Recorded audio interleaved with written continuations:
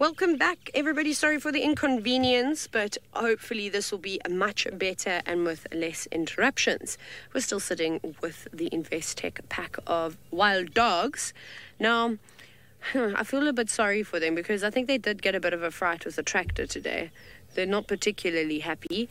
I mean, normally wild dogs are some of the most relaxed animals out there. They habituate so well to the cars that I've had puppies, and not just me, a number of different people have had this, run under their vehicle. So that just goes to show you how relaxed they normally are. But sometimes things happen out here in the wild, and I don't think anybody intentionally upset the wild dogs. So it will just take a bit of time for them to settle down. And they're also quite comfortable tucked away under that tree. I think trying to keep away from all the biting flies, as are BK and I, because they're biting me. Are they biting you? They're getting you as well. They're a nightmare. Have you been taught about the Guari branch yet? Oh my goodness, we're going to show you all sorts of tricks here. I'm going to blow your mind. Wonderful. But we're going to sit here for a little bit. I think we'll let these dogs relax with the vehicle, and hopefully in the next bit they will wake up. But off you go back on to Djuma, where the hyenas are far more active than the sleepy dogs. Now these two have come out to say hello. Hello. And if you're wondering where Plonk is, all I can see is 1 foot from the front of the car. He's very, very curious, and he's come... Oh, now I can't see him at all. He comes through and comes round the car very, very often. And he'll sometimes come underneath, like, the wheel section in the front, or underneath the bonnet. I don't know if it's the warmth or he just likes to... Hello? We're talking about you. Can you see him?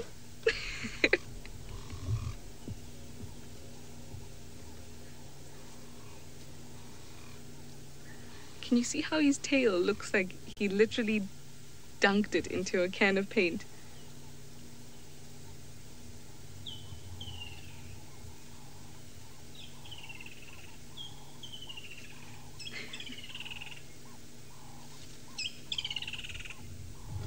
Tim would like to know if there's any other type of hyenas besides spotted. There's 2 other types of hyenas. The spotted hyenas are... The spotted hyenas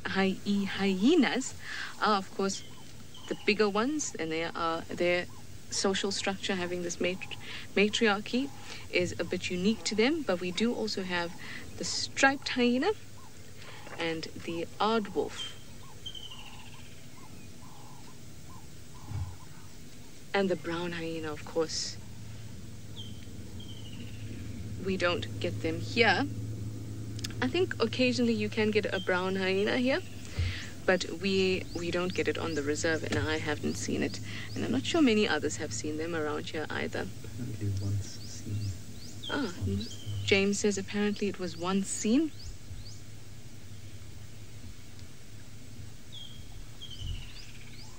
Crystal says this is Pretty's cub and not Plonk. Well, that's really interesting. Can be hard to tell. Mm-hmm. Oh, yeah. Crystal says it has E.T. written on the side. That's very clever.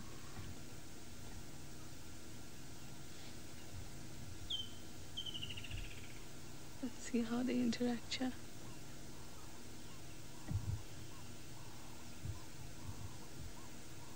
Very nice ID, Crystal.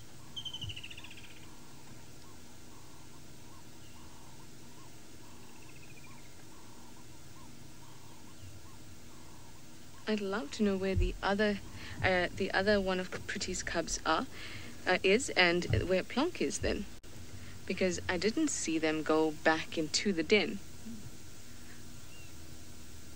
So they're definitely somewhere around here.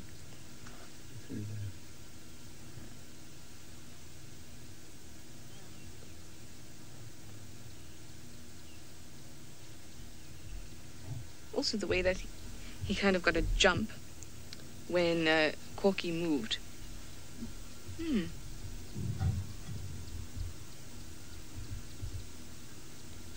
Lara Moore, I have to agree with you. I love their eyes too. They have these big round eyes.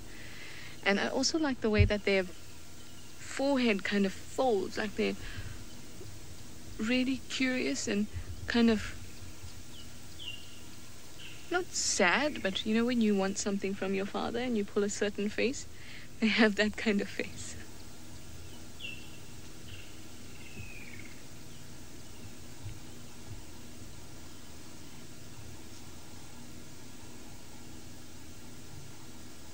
Very pretty.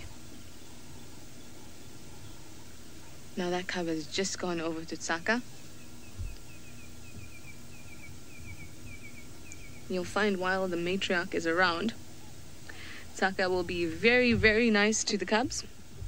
And then when she's gone, he can be a little less nice, we can say.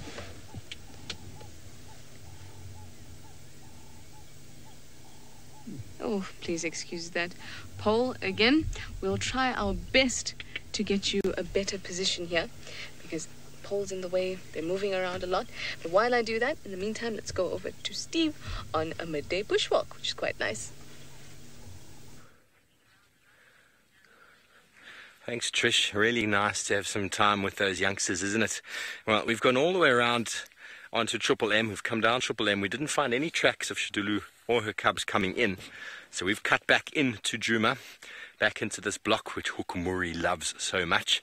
And while we're scanning every single marula tree, and Craig just picked up a marula, and can you believe it, everyone? He just had his first marula of the year. I know. Where's he been? Where have you been, Craig? They weren't ripe when he was here last time. He missed the beer making that we did last week. And by the way, the marula beer was very nice. Even got James to try some. He said it was good. I got the tick from James himself that it was nice marula beer. Couldn't entice many people to have a second cup though, but that's okay. I managed to sort it all out. It wasn't very strong, but it was very nice. Okay, so we're continuing through this block. We're going to try and see if she has come in. Maybe she's crossed one of these roads here inside. So when I give James approval, it must be good. That's what Kirsty's saying, Amaya. The James Hendry stamp of approval. So we're just checking around here to see if there's any signs of Hukumuri, maybe Shidulu, maybe she's come back in again. We found where Trish had her just on the other side of the road, lots of vehicle activity, but no signs of little cubs up the tree. Watch out there, Craiger, you've got a bush behind you. So we're going to just keep wandering through here and see if we can get any sight or activity. But while we go, here's a beautiful little Uthaka of a praying mantis. I'm not sure which species, but beautifully just stuck there on the end of this branch of a black monkey orange. And no doubt will erupt and hatch, and you'll have a whole lots of little babies coming out. There was a wonderful photo the other day that I'm not sure, I think Seb was a cameraman, they managed to post, showed all those baby praying mantises coming out. It's very cool. It's nothing I've seen before. I've seen many Uthakas in my day, but I've never seen the babies actually coming out, which is very, very special.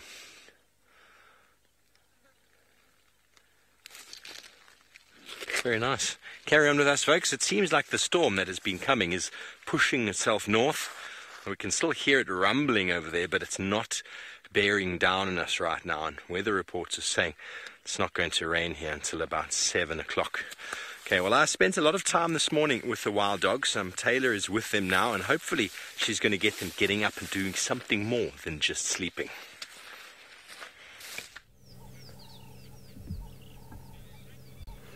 And we're going to spend lots of time with them now. How wonderful is that? I'm going to say today's word is wonderful.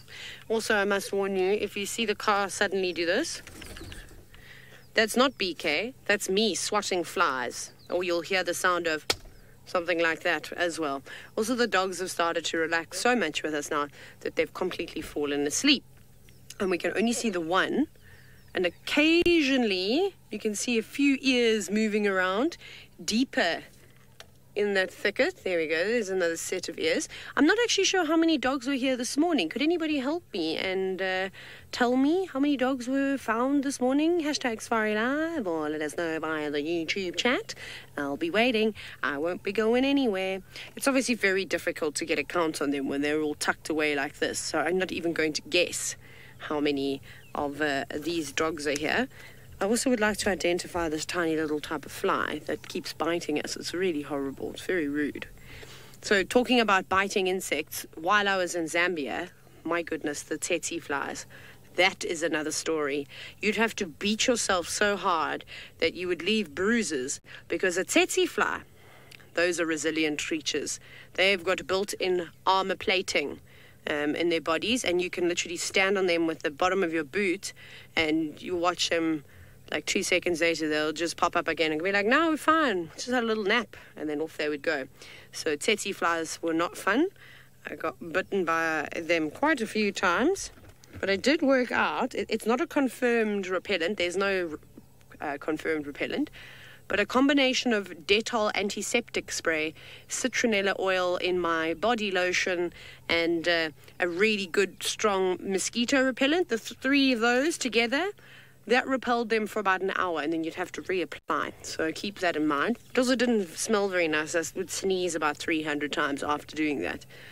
And then what you should all take along with you. Do you know what a chamois is? Oh, hang on. Alice, you said there was 1 female and 8 males. Did I hear that correctly? Did you hear that as well? Okay, cool. So that was that answer. But what you should take with you when you go to Zambia is a chamois, which is like a type of leather cloth. And I normally use that to wash, what people use them to wash cars and things like that. I use it for a variety of functions, and one of the things that I found worked even better as a fly swatter was this chamois cloth. I will demonstrate to you, not today because I don't have it with me because I've left it at home, but it worked really, really, really well. You would stun the tsetse flies, and then you could finish them off without any trouble. Luckily there's none here though, so we don't have to worry about that. Has our battalier gone, or is it still there, Beaker? Can you still see it? Should we have another look at that? Because that's probably far more interesting right now than the wild dog's ears twitching. We know why they're twitching. So the battalier eagle is just sitting up, waiting for the dogs to go on the move. I think the dogs are clever by hanging around here. And so is this battalier eagle, because the open plains just to the north of the airstrip are littered with impala. And maybe once it cools down, they will get up and they'll head in that direction. So I don't think they ate anything other than a millipede this morning. So the battalier might try and stick it out and see if it can get any scraps. However, I think this young battalier eagle hasn't quite realized that there's often not many scraps left with a wild dog, especially if they catch something like a young impala. They're able to crush right through all those bones. So, oh well, I suppose you got to live and learn. And it's good experience for this eagle nonetheless. No, you don't think so, Eagle?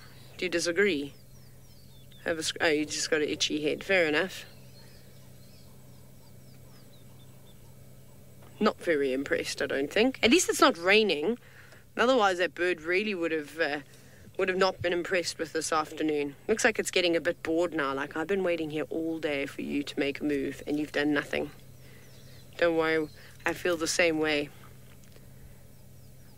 Why didn't you come and sit on the front of the car? That could be interesting. That would definitely change up the sighting. Oh, there's the wild dog. That's moving under the tree. That's a little marula tree growing sideways now. Also having a bit of a scratch. Probably not from the flies, but maybe the fleas. That will do that to you. Now completely vanished. Okay. I'm glad that they've settled down though. I feel like already we've achieved our purpose here. Everybody's relaxed with us nicely. So that's good. I can hear another vehicle coming far away, so they're probably coming to this dog sighting. Hopefully we'll be able to stick with them for a long time because I quite like to watch them. Rosalind, I'm not exactly sure on the decibel scale as to how loud a wild dog squeak is, as you described it. So they have a couple of different calls. You'll hear that sort of very high-pitched call that they'll do, and then you'll hear it's a very sort of daunting, sad sound when you hear a wild dog do their version of the whooping noise. Tristan does an incredible impersonation of it. I cannot really do it so well. Maybe Steve can demonstrate the sound that a wild dog makes when it's looking for other members of its pack. I'm not going to do that now because I don't want to, of course, disturb the wild dogs. But perhaps it can be a challenge between Craig and Steve and Rexon to see who can do the best wild dog call. And maybe Trishala wants to give it a bash too. Should we challenge her? I think that's what I need to do. I need to start getting the challenges in with Trishala and Holly. Don't you think? How fun would that be? Rain dance, although we don't need to do the rain dance. We're getting plenty of that. Bird calls. Oh, it's going to be fabulous. That'll be good. We'll see how that goes. We obviously also don't want to disturb the hyena cub, so we'll have to be sensitive to that, but you can do. Ah, Kirsten has already lost faith in me. She's forgotten. She says that Collie is going to beat me on bird calls. Has he been practicing? Has James made him practice in front of the mirror 10 times a day?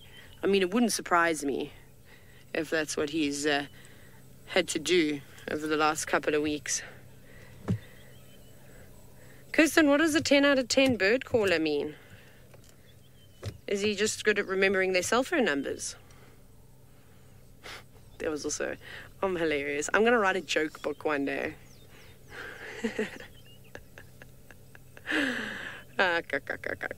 So hilarious. Wild dogs, please can you wake up now? I think you've had ample time to sleep. Okay, I've been rated 5 out of 10 on my bird calls. Do any viewers disagree out there? Where are my fans? Who really likes me? Now is your time to shine. Show that, Kirsten. Show her how mean she's being. I need someone to tell me that I'm really good at everything. No, I'm joking. Please don't. Please don't do that. It was just a joke. Oh, you guys have all turned on me. I disappear for just a little bit, and now you've got other favorites. That's very unfair, I'd just like to say. Yes, there's a wild dog on the move. Wake up, dogs.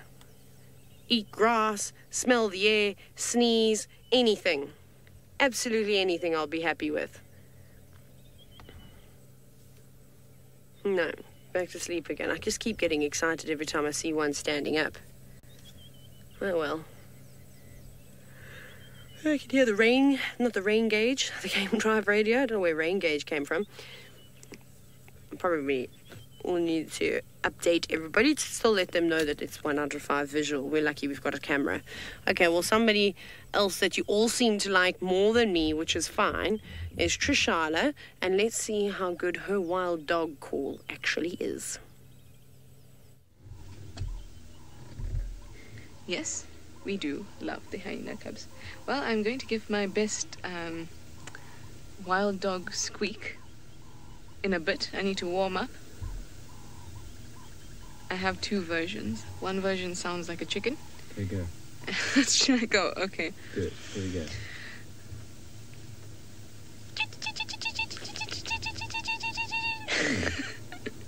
Version 1. Version 2. Sounds identical to version 1. No, it does not sound identical to version 1. Does it, guys? Version 1 seemed more high-pitched. Let's see what you can do. Absolutely useless. Try once more. I'm going to give both of these two a 0 out of 10. No, Kirst gave me a 7 out of 10. They're not bad. We'd love to hear Steve's version.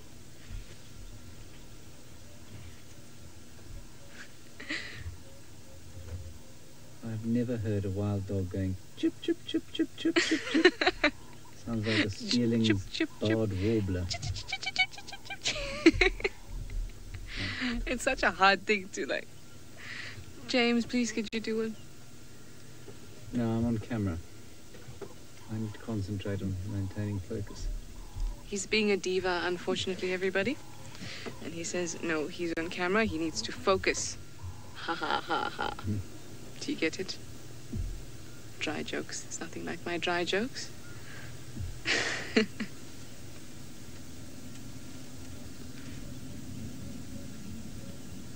This one is just having the time of their lives. Do you know how to make a wild dog sound? No. It must have been about 2 weeks ago. I was here with Darby, and normally we'll hear the sort of squittering that the cubs make. Oh, everybody's upset with James. Come, James. Let's hear it. He's huffing, by the way.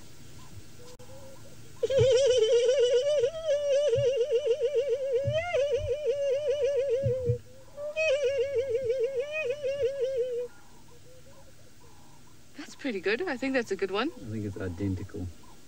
Of course you would think it's identical. That's why this hyena's coming towards us. He thinks it's food. Gus gives that a 3 out of 10. It does sound like an evil cloud. Evil cloud. Has this gotten your attention, little one?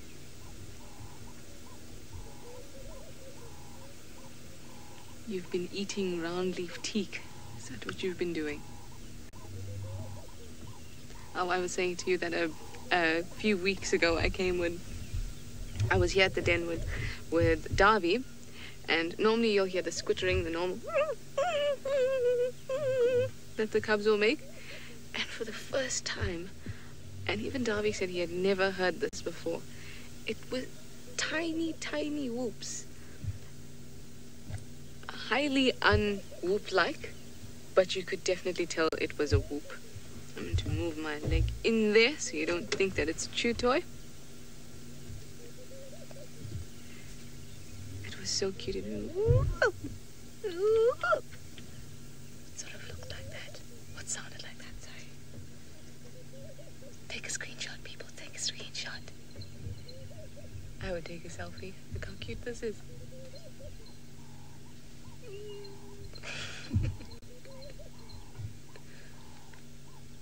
Say cheese.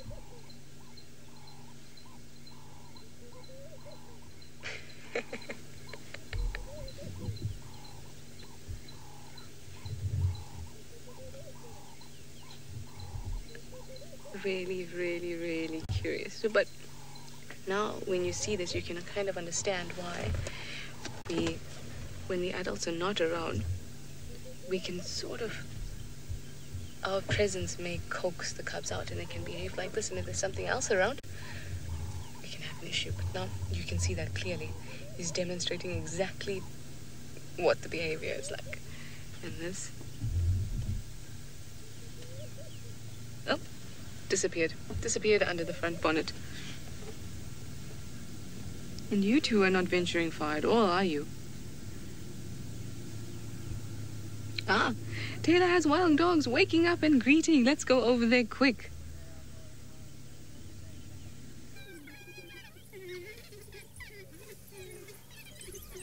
Yay, finally! And listen to them.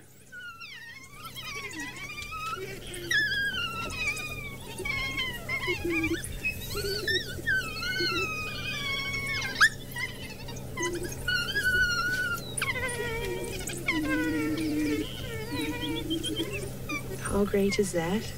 So if you've never joined us before and you haven't seen wild dogs, this is them greeting. So when you live in a pack, you're obviously very, very social. And being social is super important for a number of different reasons, but particularly for hunting. The stronger the bond between the members of the pack, the more successful the hunts will be. How cool is this? It's been a very long time since I've heard that sound. Hopefully they don't just lay down again. Maybe they'll rally one another to get up and on the move. Even if they just wake up and move out onto their airstrip, that'd be fantastic. Just so that we can see. Looks like, no, I thought a couple of them were using the luxury facilities, but I'm mistaken. They're going flat again. Not quite ready to get up just yet. Cecilia, that's a great description. You said they sound like little tea kettles. Listen, let me know if you find out where to buy those tea kettles that make that sound, because I think of a few people that would like this as a gift. It would be great. That's so funny. It is a strange noise, though. I don't think I could personally imitate that noise. I didn't hear that, Kirsten. Please can you say it again? I turned the volume down. I'm self-conscious that you can hear Kirsten through the radio.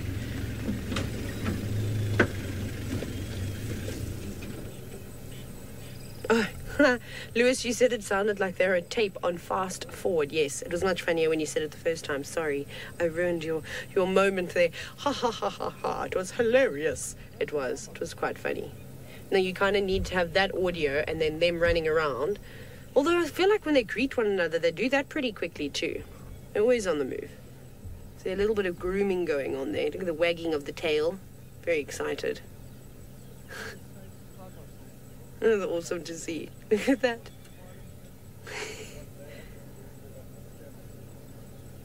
It's kind of like my windscreen wipers when it rains in Joburg. And when Johannesburg, it starts, and then you have to turn it off because it makes that high-pitched, whiny sound, and then you've got to put it back on really fast because there's another downpour. That's sort of what the tail's doing right now. Come on, puppies, wake up for us properly and come out so we can say hello. I don't know when they last ate. I don't know if they caught anything yesterday afternoon or the morning before. But there are lots of impala around. I can't see any right now, but when we arrived in the sighting, when we drove along the airstrip, I could see quite a few. Not that it's a problem for these dogs. We also know that they can travel some serious distances. And again, if you've never seen wild dogs with us before, maybe you're a new viewer, let us know. #SafariLive, or tell us on the YouTube chat. Is this your first time seeing wild dogs? Because you're very lucky, because there's only a couple of thousand, about 4,500 left in Africa, and there's only about 10% of that population within the Greater Kruger National Park.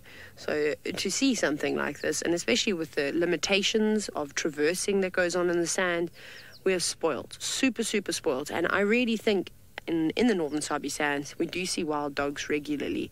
I know you can go a couple of months without seeing them, but I mean, I think we're pretty lucky. Maybe I'm just lucky with the wild dogs. I hope they hang around, though. I hope they do. I don't even know if they've got any puppies. Obviously, I haven't seen them just yet. I haven't seen any particularly small ones. They'll probably be sub-adults now, at least. When would they have given birth? Towards the end of when I was here. So what, September, October, somewhere around there? Oh, okay. So they won't be teeny tiny anymore, but we'll see. We'll have to see. The last time I saw the Investec pack was in 2017, but I always talk about the great sighting I had once with the Toulon pack down in the southern sections of the Sabi Sand, and the Investec pack were having a fight. That was really cool to see, and they were both exceptionally large packs at the time too, so it was just painted wolves wherever you looked. Right, Steve is now willing to give an attempt at the wild dog call. Let's see if he's better than the other three at the hyena den. Hello everybody. Your first time or not seeing wild dogs? It's always very special spending time with them. We had them this morning if you weren't watching, but as Taylor says, to get them getting up and making their chattering sound, it's very hard to do because it's a very high-pitched sort of squeal. Rex is going to try. Are you going to try, Rex? He's just going to have to come close to my hat.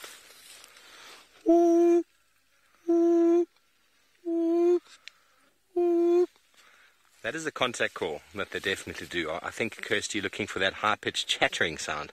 It's impossible to recreate with the human mouth. That's impossible. I can't. I have no idea how anyone can do that with their mouth. It's this very high-pitched metallic sound. Almost sounds like a computer. No, I can't do it. Sorry, guys. I'm really sorry. Talia, thanks for your challenge. An impossible one. Maybe if I was a bat, I'd be able to do that noise. Thanks, Kirst. 1 out of 10. It's always nice to be on the bottom of the table. Okay, so we're still trying to see if there's any tracks of Shadulu. Nothing has come out anywhere, but we're moving along, checking the termite mounds, checking the tall marula trees. We know she loves to get up in the tree. Rexon spotted something. What have you got there, Rex? Ah, ticks. And this is what is out as well at the moment. The rhinoceros tick. One by my leg. Just waiting on the end of the branches here, of the grasses, questing, looking for some food in the form of blood. They are parasites. Let's see if he responds if I blow on him. Let me hold that for you, Craigo. They often respond to carbon dioxide because before jumping on an animal, they smell the animal or taste the animal coming. And what's very interesting is that these ticks can live on the end of branches or end of grass stalks for a couple of weeks. And they're able to sort of let out this mucus sort of membrane in their mouth, which absorbs the atmospheric oxygen and moisture. And then they absorb that back in, and that's how they drink. Because you can imagine that a tick sitting on the end of a grass stalk like this can't just suddenly drop down and go running away to the local watering hole before coming back again. So it's a very well adapted ability to sort of absorb moisture from the atmosphere. Very strange thought, though, to be able to sort of expose your inner mouth and it comes out and just absorbs the moisture around, then in it goes again. That is a tick. And a lot of you are saying, ew. Well, it's not too bad. How many legs? It's only got 3. No, it's got 4 sets of legs. So this is an adult. Ticks with 3 sets of legs are regarded as nymphs and not regarded as egg-laying. Melinda, it's creeping out. I'm terribly sorry. But it really is harmless, you know. He's not going to cause me any harm. And the thing is, the nice thing about these big ticks is they're very visible. So if you do find them, they're easily seen on the body. And, well, we just get over tick bites out here now. It's just part and parcel of the job, I'm afraid. These parasites, they do their thing. You know, you've just got to... They also want to be loved, you know, Belinda. They also want to meet a man and have his babies and, you know, have some fun on the back of an animal with some bloodlust and then gorge themselves until they get really big and fat and then fall off on the ground and lay eggs and die. I mean, what a life. What a life. It's like... They are the vampires of the insect world. They are, except they don't have cool moves like in all the movies you see with vampires. They got really cool moves and really cool teeth. Gizmo, I know. Tick bite fever is a related disease transferred by ticks. But the tick itself, really, I mean, it just makes you itch. I know in North America there's Lyme disease, which is a very, very bad disease people to get. But I don't know of anyone dying of tick bite fever out here. You just get a headache and you feel very uncomfortable for a period of time and it goes away. Craig, you've had tick bite fever. It just comes and goes. You're going to have it at some point if you work in this industry. And you're going to have it. Anyway, we're going to continue on. Up we go. We're going to see if there's any tracks. Still scanning to see if there's any sign of her in the thickets here. But while we do that, just down the road, Trishala, Paulie and James are whispering to the hyenas. Oh, good luck with that, Steve. We looked for her yesterday. We didn't manage to find her. And, of course, she'd have that wonderful cubs. Or, well, I only saw the one, but maybe she'll have 2 with her. That'd be really, really exciting. But I have these 2 cubs in the meantime to keep us entertained. Not straying far from the den entrance at all. I was just noting how they look a lot spottier than Plonk did at about the similar age, a month or so. Plonk seemed really, really black, and you remember that obvious white or hairless patch he had on his face? And these ones seem really, or a lot more spotty than he did. And you can also see that sort of ridge of hair going down the back, short and spiky at the moment.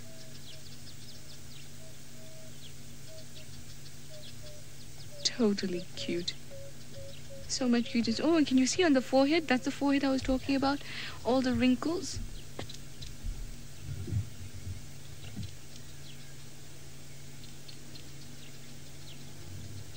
Paula would like to know what keeps these termite mounds from flooding when it rains. Well, nothing really does apart from height. So if the hyenas are unfortunate enough, sorry, I was just trying to move out of the way so you can see them. This horrible pole, it's not working for us. But like I was saying, nothing besides height is keeping it from flooding. And inside, if it's badly positioned enough to actually fill up with water, then on the inside you kind of have little, what do you call them, like a pedestal or shelves. I knew it was something cupboard related. You have these shelves on the inside, so the cubs would go and stand on those raised shelves, and maybe it would be flooding beneath it. So height is the big one there. And this den has 2 entrances, one here and one on the other side, and they're both at the same height. They're not...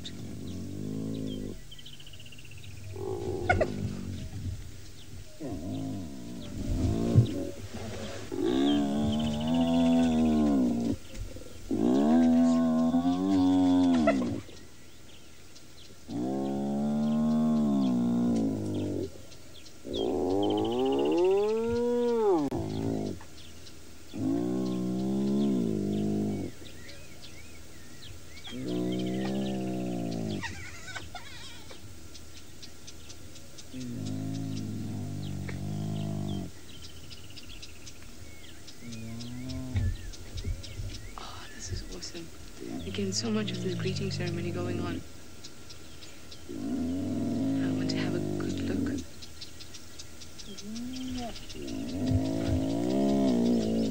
And you saw the way that she came in here.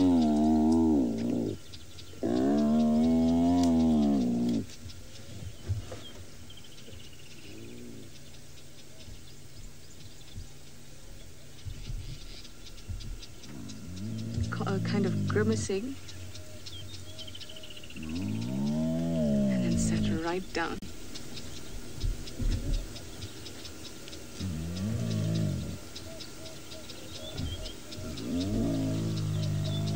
Turn around, turn around.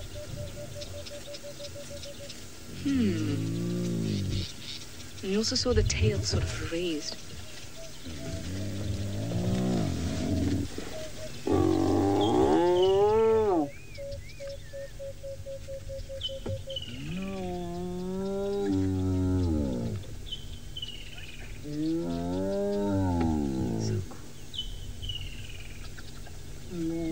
I didn't think June, but then she came right to the den and called, so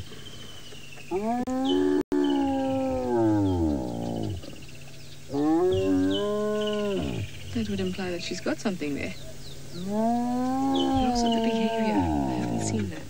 Let's see who emerges.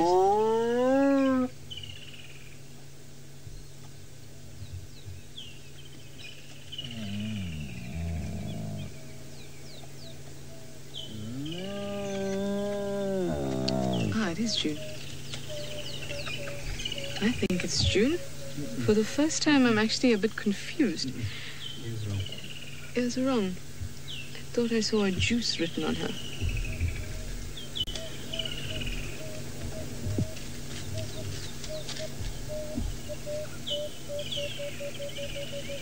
Okay, let's try and figure out who the newcomer is here.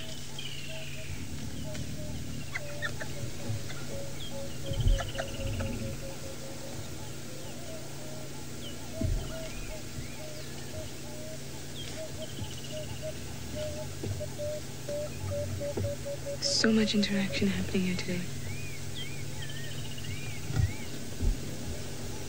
Let's see, who do we think this newcomer is? Hashtag SafariLive, of course, and please let me know if you know. In the meantime,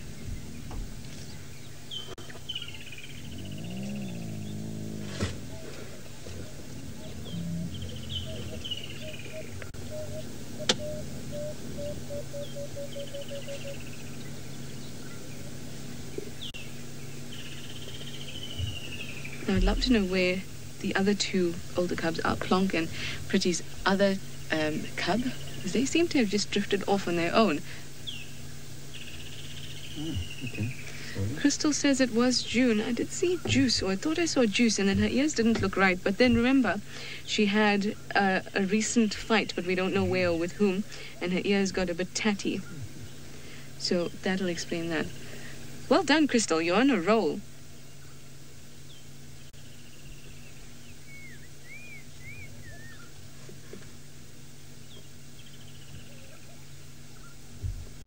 So that's really interesting. There's a couple things that are going on here that are very interesting. Firstly, we know that Corky is the matriarch. Yet, June, who is quite low ranking, is denning here with Corky, and Pretty is not. And you even saw the way that June reacted to, the way she submitted to Corky. Right down onto the ground, she had a tail stiff and raised, pulled back in that grimace, kind of that awkward high school smile, I'm trying to get on with everybody kind of smile. And I just think it's really interesting that the two of them are denning together, and I wonder if that means that June's rank has increased over Pretty. I don't know, just so much going on.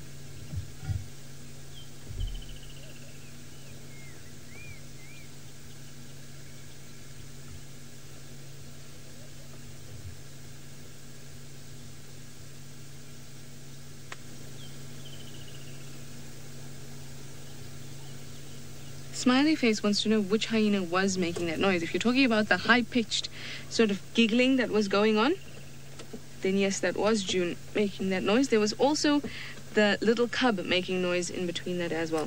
But that was more cub-like, if that makes sense. You would have heard that that's definitely a cub making that noise.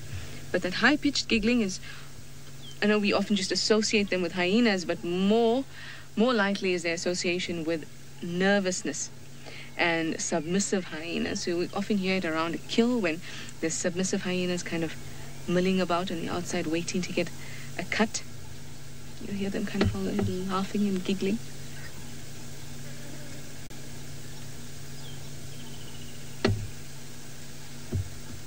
Very interesting. Hyena dynamics are so interesting. It's one of those things you can keep on reading about. It's never static. It constantly changes. Constant new research done. Always something new to learn about them. Absolutely intriguing.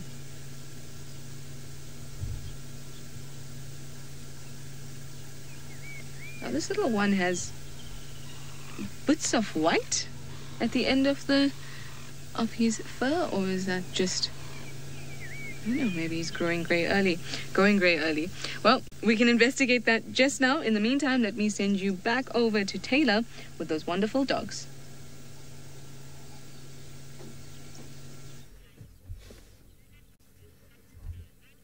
So we're still sitting here with the wild dogs that are just flashing their tails at us every now and then and standing up and then sitting back down. But they've been doing this quite a few times now, so hopefully this will be the last time that they sit back down. They're all chattering again.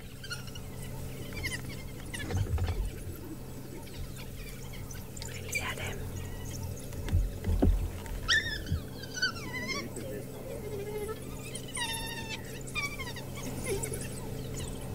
Can you imagine hearing that sound for the first time in the bush, but you had absolutely no idea what it is? There's no way you'd guess that this was the animal that was making that sound. You'd probably think it was a bird or something like that. A flock of birds. Come on, dogs. Come out this way.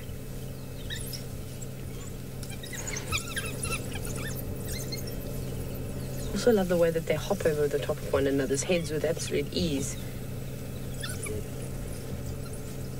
So there you can see a couple of the youngsters. So correct me if I'm wrong, because I'm of course uncertain. Is it just alpha male and alpha female with puppies? Or with sub-adults? Is that the case here? Does anybody know? I don't know how good of a view you got this morning. I didn't actually go back and watch that sighting. Or are there a couple of other fully grown members within this pack?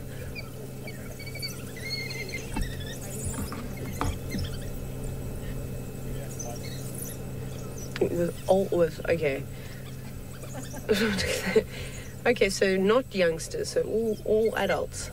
Okay, interesting. It'll be great to see them out in the open. It'll be really nice. And it's amazing if this is the original Investec pack. Oh yes, all the Investec, that was the breakaway pack. Thank you, Kirsten, that had all the pups. Completely forgot about that. So that's amazing if that pack has stuck together for such a long time. I mean, we know about all the different diseases and factors that unfortunately don't allow for wild dogs to live as long as other animals. Whether it's lions getting them, which very sadly Brent has seen firsthand before, where a lioness grabbed a wild dog, whether it's canine distemper or rabies that wipe the pack out. They really have a hard time. Everyone's sort of flat again, except one. Yes, please encourage everybody to stay on the move. Come this way. Come out to the open. I'll tell you where the impala are. Yay, coming towards us. That's good news. That's actually awesome news. Very slowly though, but at least it's something.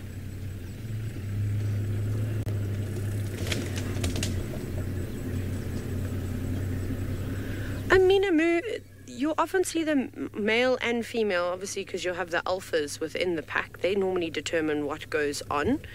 It's always been so confusing when you watch them together as to who decides exactly that goes first. But it will be one of the two that initiate sort of the hunt, or rallying one another up. Obviously, the entire pack has got a lot of respect for the alpha male and female. Come on. No, sitting down again, having a scratch. It's starting to get really hot now too. Finally, the sun is breaking through the clouds. We haven't just got that dull grey colour now. So whether they're just going to hide away in the shade, because it's exceptionally humid. I'm actually sad it didn't rain. I wish we'd got a 5-minute downpour, because that would have broken the heat. You can see them panting slightly with a dappled light.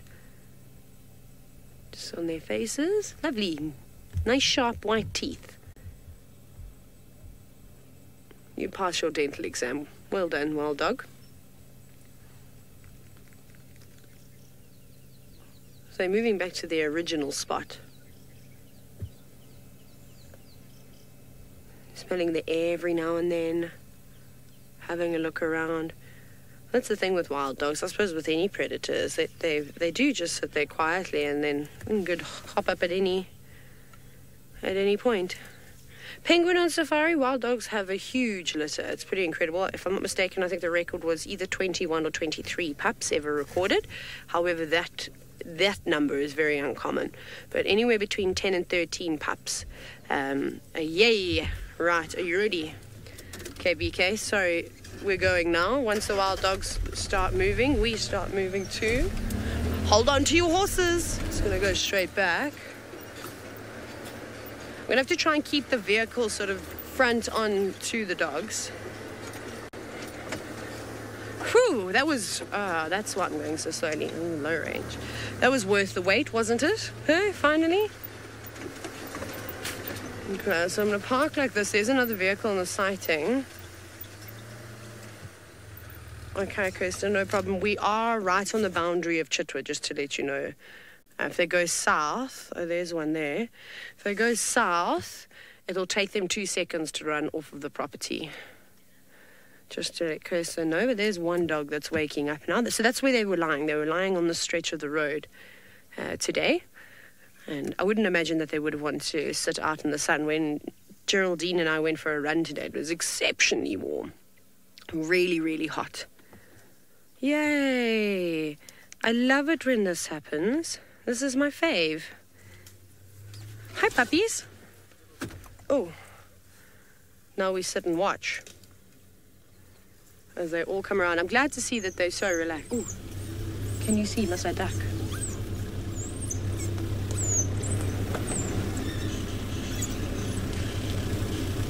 I'm trying to also hide away so that BK doesn't get my head, but I know I can't see the monitor. Oh, how's that smell? Not pleasant. And then, of course, please apologies, the roof will pop into frame every now and then, but I don't think that's too much of a train smash. Oh, this is my favorite. So we'll just watch the ones in front of us because that's the best view that we are going to have.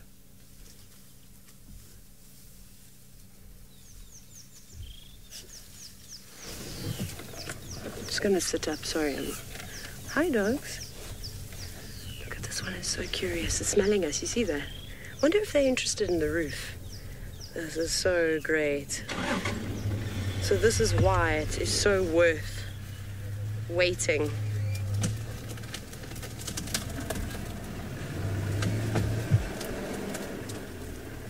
I was hoping they were going to do this and stick out in the open.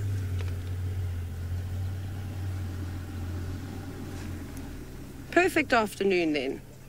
sun's come out. We've got really gorgeous light. I was complaining horrifically earlier about the light. I was saying it's not fair. Every time I want to take pictures, I can't take pictures because the light is so terrible. And now it's perfect. Oh, it is beautiful. It's very unusual to have so many males in the pack, though. I don't think I've ever seen this before. That's quite crazy. That poor female, all on her own. Oh, this is so cool. BK, how are you doing? You fine? I'm good. Okay, cool. Daniel, I agree with you. I think they do have very expressive eyes. Look at them, beautiful hazel color. Especially when that light catches, it's sort of amazing. See, so now they're all relaxing out in the open. What I will try and do at some point is, when you next come back to us, I'll try and reposition. I'll just sort of move out of the way, because now that these dogs have come out, we can open the sighting up again and we can create it as a 3-vehicle sighting. While we were watching them in the grass, we sort of restricted the amount of vehicles, firstly because they were a little bit on the nervous side, and well, you couldn't see anything. Yeah, Kirsten, I saw that. It's just walked out of frame. BK, that one that's to the right? Yeah, that one there. So as it walked past me, it has got a tiny little, I don't think it's anything significant. It looked like a little red patch, almost like as if a tick had bitten it. If any of you have ever been bitten by a tick, and the sort of swollen red mark you'll get, it's a very, very small, tiny wound. Nothing to worry about at all. This is so great. So there's no impala down this end of the airstrip. The dogs obviously know. I just want to see what's going on. I'm going to reposition us slightly just because it's going to get a bit awkward now, I think, BK, with the roof. Like I said, we'll try to keep the vehicle front on. So I'm just going to reverse out of here, and then I'm going to go on the airstrip. Or actually, I just wanted to get us nice light. I suppose this will be fine. There we go. Now we've just got an opportunity to wash a little bit better. So 1, 2, 3, 4, 5, 6, 7, 8. Waiting for one more to come out. One I might have miscounted though.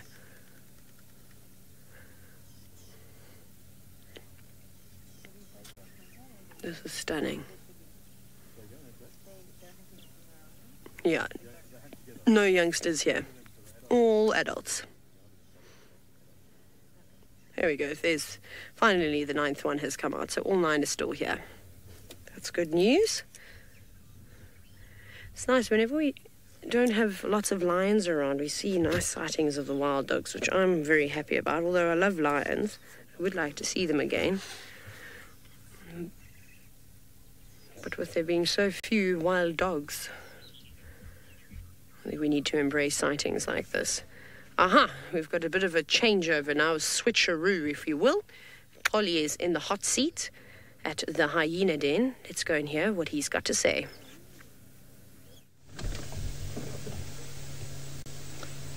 Hello, I'm Ollie, and I'm on the hot seat now. I've exchanged seats with Trishada.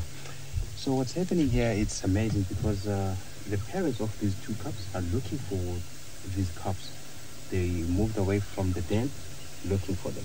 That's why we saw Corky making sounds at the entrance of the door there.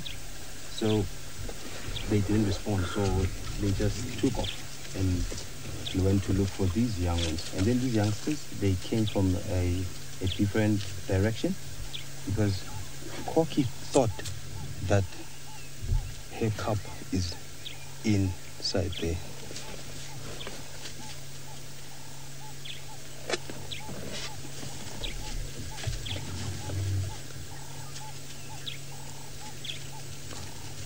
Okay, let's quickly go to Steve and fix some technical issues here.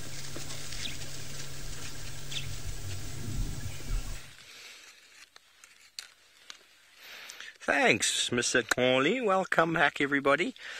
Well, we found some tracks here of what looks like some scraping over here, scratching in the ground, and then definitely a little ball of droppings there. And you can tell if we move it that it's white as well as dark, which is a classic sort of dropping of a bird or a reptile. And our birds and reptiles don't have 2 holes. They've only got 1 hole called the cloaca, which all their waste comes out of, as well as eggs. So you'll often get this sort of darker section with the white, which is concentrated uric acid. And looking at the track over here in the sand, this is from a Franklin, possibly a Natal spur fowl. You can see the toes 1, 2, 3, and the back toe off at an angle. Spur fowls are quite easy to identify in their tracks because it's over 90 degrees. That toe to that toe. And when we measure it with the size centimeters, it should be about 7 from the back toe to the front. Some people can confuse a guinea fowl with a Franklin, but a guinea fowl is about 10 centimeters and their track is also 90 degrees. So where they form the toe, it's a very perfect 90 degrees, whereas the Franklin is just over that 90 degree line. Can you see that, Craig? I'll draw it there. So it's over the 90. If you are a geometrical person, that is it. I always like finding these sort of signs in the bush and going through all the stages of what it could have been. And while Franklins this time of year are feeding a lot of seeds, a lot of insects as well. So there's a combination of that in their droppings. And if we have to break it open, we'll actually be able to see some of the seeds. And probably some insect carapaces as well, as they're scratching through elephant dung, looking for all sorts of larvae in beetles and things like that. But very, very good distributors of seed, because lots and lots of seeds are designed for being eaten and ingested. Bob, it does have a very large poo, and it's something quite characteristic with our ground birds. Ground birds can afford to have a much larger poo, whereas smaller birds that fly, obviously they need to release them much sooner because of flight. You know, just like paying for overweight baggage on the aeroplane. Birds don't have the luxury of overweighting themselves, so they'll just drop any droppings as soon as they possibly can. So they'll often poo repeatedly as soon as there's some movement, whereas birds on the ground, they can afford to hold in a little bit longer due to the fact that it's not weighing them down, so to speak, as they walk along the ground. Sort of maximizes their ability to forage for food. Very good. Nice little tracking section there. And also when you find guinea fowl tracks, you'll often find many of them because they are quite sort of communal birds. Okay, well, we're going to continue on down here. We're still searching, but we'll see what else we can find. But let's go back to Taylor, who's got the dogs. Look like they're about to take off. Right, look how cool this is. I just have to do a little loop-de-loop. We're just going to sit back over here and watch them. So the dogs are up. They're moving quite close to the boundary now, so I don't know for how much longer they're going to be on the property, because they seem to be heading straight south. They've only got about 80 meters to go before they hit that boundary. So I'm really chuffed that we decided to sit with the dogs for the length that we did, because I was tempted a few times to actually just, throw in the towel and admit defeat. And there's one of the other wonderful safari guides enjoying themselves with their guests. I bet that they are over the moon to watch something like this. I don't want to disturb them too much. I mean, that's a pretty powerful sighting to basically experience. Can we do a really wide shot? Okay, I just want to show them. Look at that. Can you imagine yourself at Chitwa on safari with 9 wild dogs walking straight towards your vehicle? I think that is fantastic, and their guide got them into the perfect sighting. I didn't want to steal the thunder, and I think sometimes that's quite important to let people enjoy themselves. So that is amazing to see. And we're probably going to leave it at that because they are heading straight towards the boundary now. I don't want them to start trotting around, so we'll just watch them from the side as they disappear. They might turn around though. So if they turn around and come back that way, yes, we'll definitely try and sneak in a couple more minutes. There were quite a few people wanting to get into the sighting, but they might be quite far away. Mrs. Eagle, I wouldn't say that they're skinny. Wild dogs are typically quite lean. Occasionally they'll get, a sort of pot belly, if you will. And then that's how their belly sort of swells once they've eaten. See, there they are, they're about to cross the boundary and head on out now. So they'll need to eat once a day. If it's a big pack, sometimes they'll eat twice a day.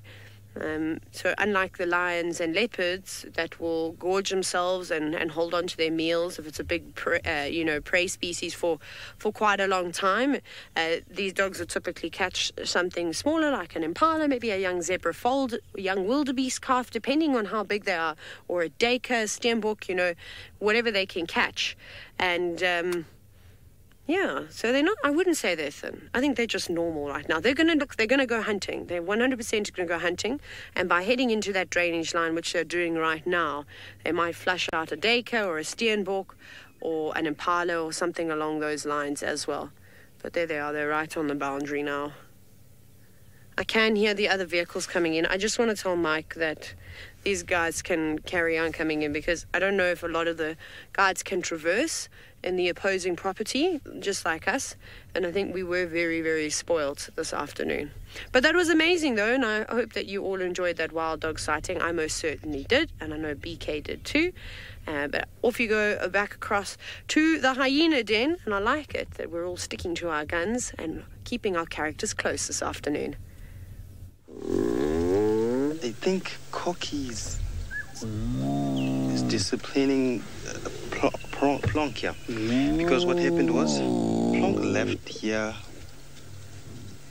and he left with the Pretty's cub, and I don't know where they were. And then Corky went mad, and she left the den, and she went looking for them. So now she came back just now, and then she found Plonk here. Then she took Plonk away from the other cubs for disciplinary hearing. And Corky was so worried earlier on because she went to the entrance of the den and she called. Nothing responded. Then she took off to look for Plonk. And then we have a lot of activity happening here. I think all the hyenas are here. And on the right here, we have a lot happening.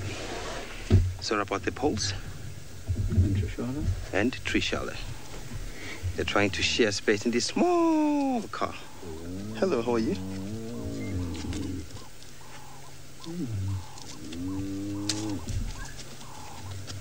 My identification skills are not good yet.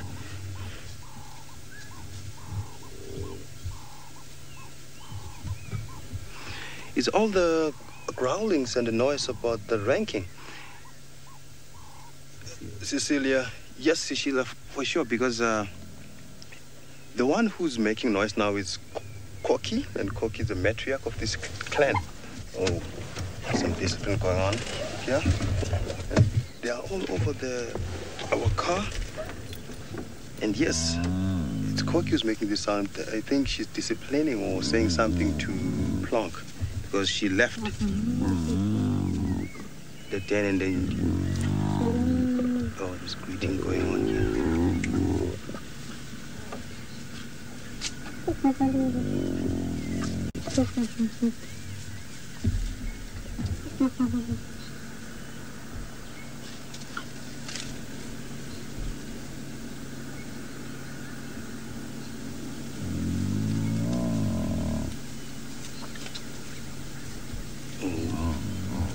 It is amazing.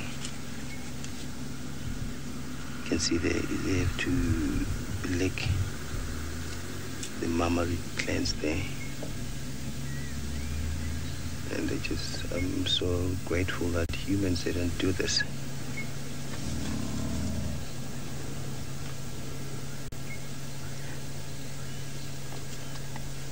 And these cubs, they look so confusing if you don't know who's who.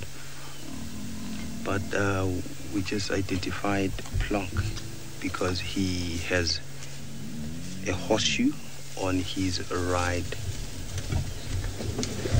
on his left head, waist. So I think this is Plonk. Yes, and you can see the white tufts there on his waist. There's some white fur there.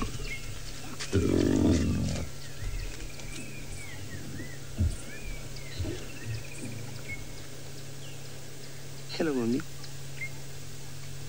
I'm sure if this was my mom, it would have been like, Plonk would be crying by now. Yes, the viewers are saying thank you for this awesome sighting. This sighting is amazing. And this one is licking my tie here. I'm sure we won't ever punch you. Hello, buddy. How does it taste like? It's just here. Sorry. Hello. Hello. This is amazing. But they stink.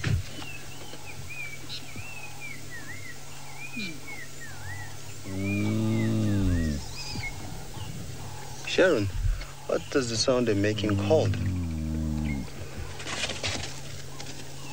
Oops.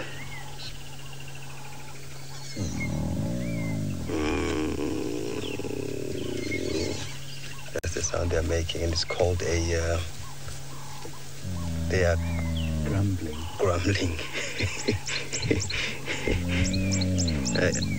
Hello. And I don't know how do they make it. And you know, hyenas, they can make a lot of different sounds. And if you're next to your hyena, so close like this, like a meter or less than that, you can feel it in your chest. I wonder what she's saying to Plonk.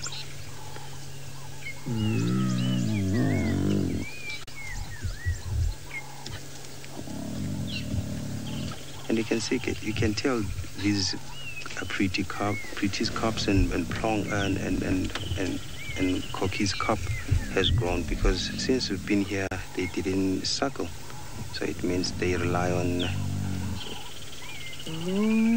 meat and milk. So they have the balance between the two.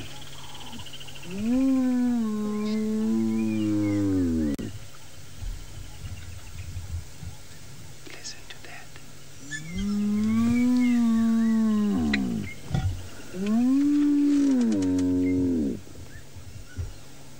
I wonder what these chips are up to.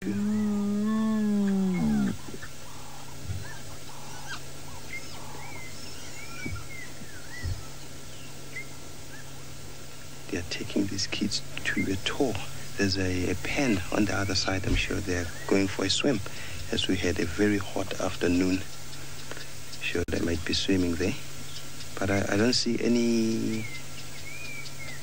Oh, it's just an anal paste. The territorial marking. But I don't see any bags that has some toiletries or some swimming costumes. Oh, here's a young chap. He's mimicking his older person or older guy's behavior. This is what they do. They have to learn these things. They have to know.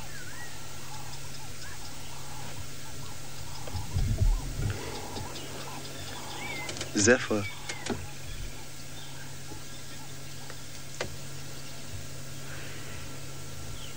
Zephyr, hyenas sound like when they wake up.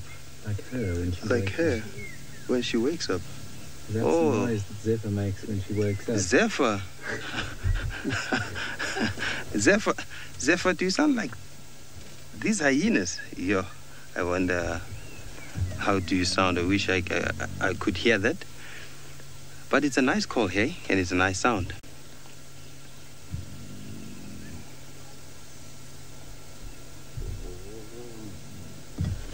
There's some kissing going on there.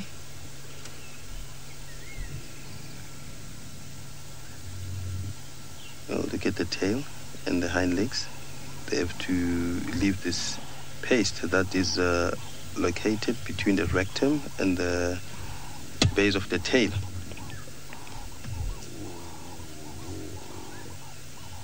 And that gland, it's white in color, but I don't know for these youngsters, like, how does it look? It might be white or it might be transparent, because I've never seen that. But these ones for the older guys, it's usually white.